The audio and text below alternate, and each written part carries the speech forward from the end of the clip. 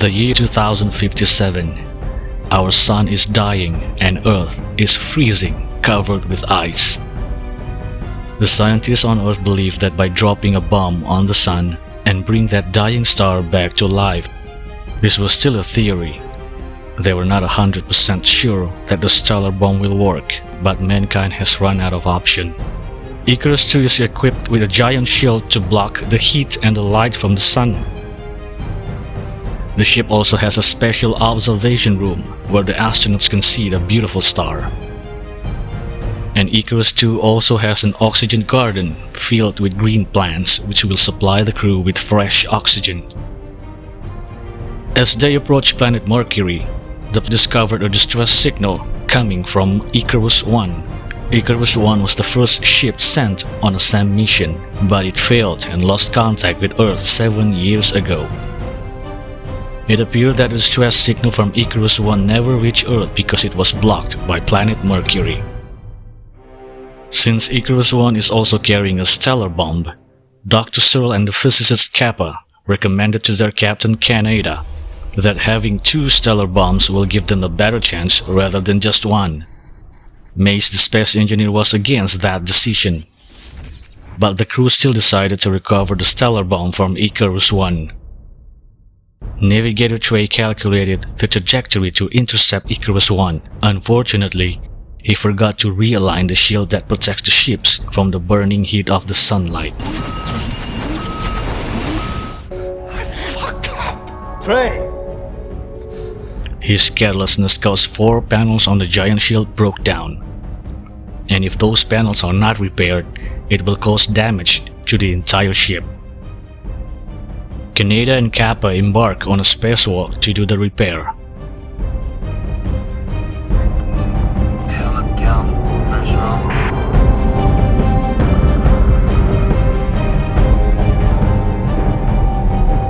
One communication tower was destroyed by the sun because its rotation path was not covered by the misaligned giant shield. The broken tower hit an area of the ship where the oxygen garden was located.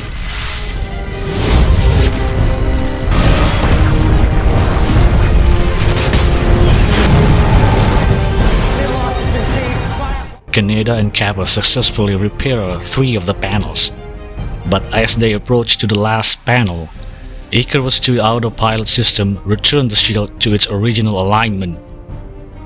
This caused a direct exposure of million-degree sun heat to the surface of the shield.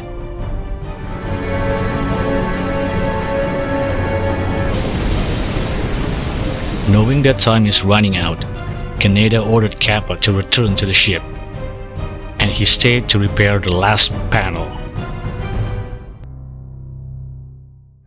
and sacrifice himself.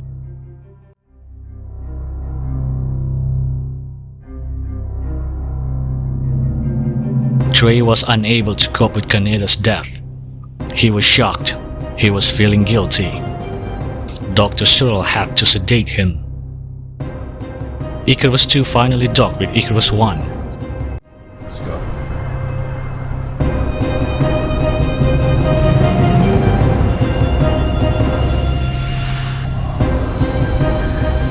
4 astronauts, Kappa, Mace, Searle, and Harvey went to Icarus I. Meanwhile, Corazon and Cassie stayed on board.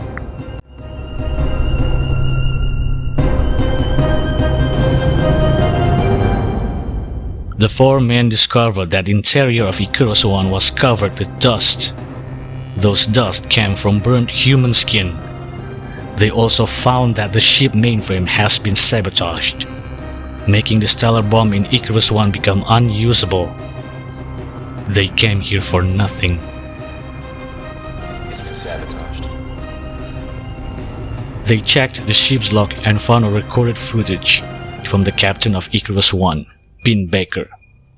He abandoned his mission and had a severe burning wound on his face. The bodies of his crew were found in the observation room, all burned to death. They exposed themselves to sun heat. Stardust to stardust. Suddenly, the dock chamber exploded due to unknown reason and destroyed Icarus I airlock room, With only one spacesuit available, the crew decided that Kappa must use it. The reason is because Kappa is the only person who knows how to operate the stellar bomb, so he must stay alive. The rest of the team wrapped themselves in insulation materials to protect themselves from cold space temperature. At minus 273 degrees Celsius. Unfortunately, the airlock door is broken and had to be locked manually. That means one of them has to stay to lock the door. Cyril volunteers himself. Whatever happens, one of us is staying behind.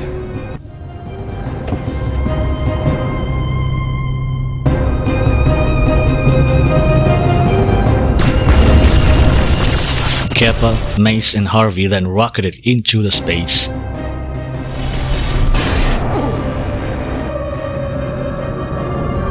But unfortunately, Harvey missed the airlock door and froze to death.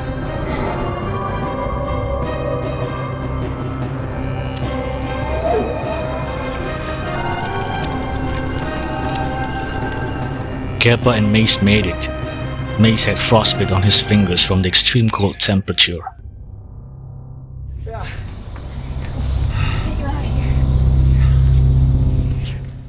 Cyril, who stayed at Icarus 1, exposed himself to the sun in the observation room.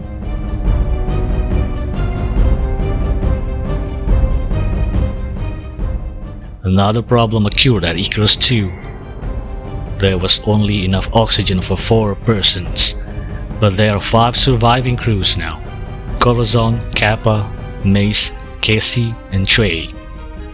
A tough decision must be made. One of the crew must die, so the rest can preserve oxygen and continue the bombing mission. The team decided that Trey must go. Mace decided to kill Trey, but he found that Trey was already committed suicide. The remaining 4 crew can now continue the mission. When Kappa was checking the stellar bomb, the Icarus 1 computer informed him that the oxygen level will not be enough, because there was a 5th person on that ship. The computer located this 5th person inside the observation room. Kappa went there to check, and he found that the 5th person was Pinbaker, the captain of Icarus 1. Pinbaker has went insane and his entire body was covered in burnt wound. He attacked Kappa with a knife. Kappa ran, but Pinbaker trapped him inside the airlock.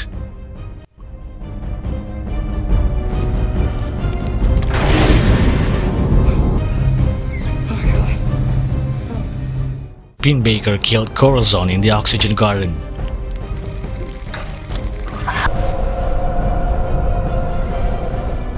And then he sabotaged the mainframe coolant system, which caused the ship computer to shut down. And then he pursued Cassie.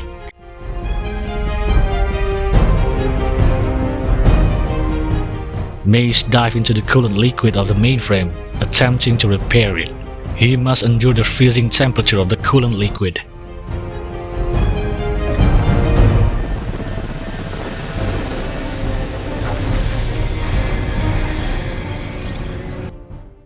And just when he finally made it, his feet got stuck in the machine. Poor Mace freezes to death. Kappa, who was trapped inside the airlock, had an idea: to blow up the room so he can escape. His plan worked. He went into the stellar bomb chamber and found Cassie. Pinbaker ambushed them. He believed that God had ordered him to send all humanity to heaven. He choked Kappa and was about to throw him down to the stellar bomb chamber. Casey attacked him and ripped off Pinbaker's skin. Pinbaker screamed in pain.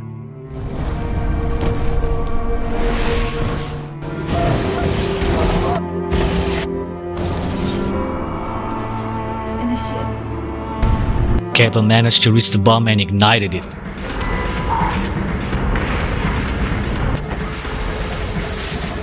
The stellar bomb exploded and killed everyone.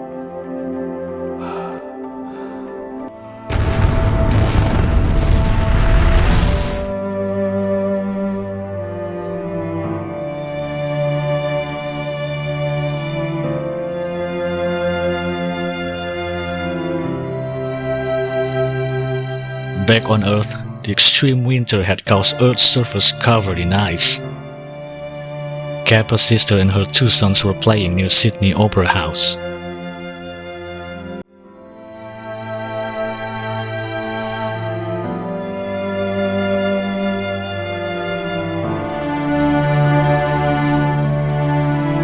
They witnessed blissfully as the sun shined brighter and brighter.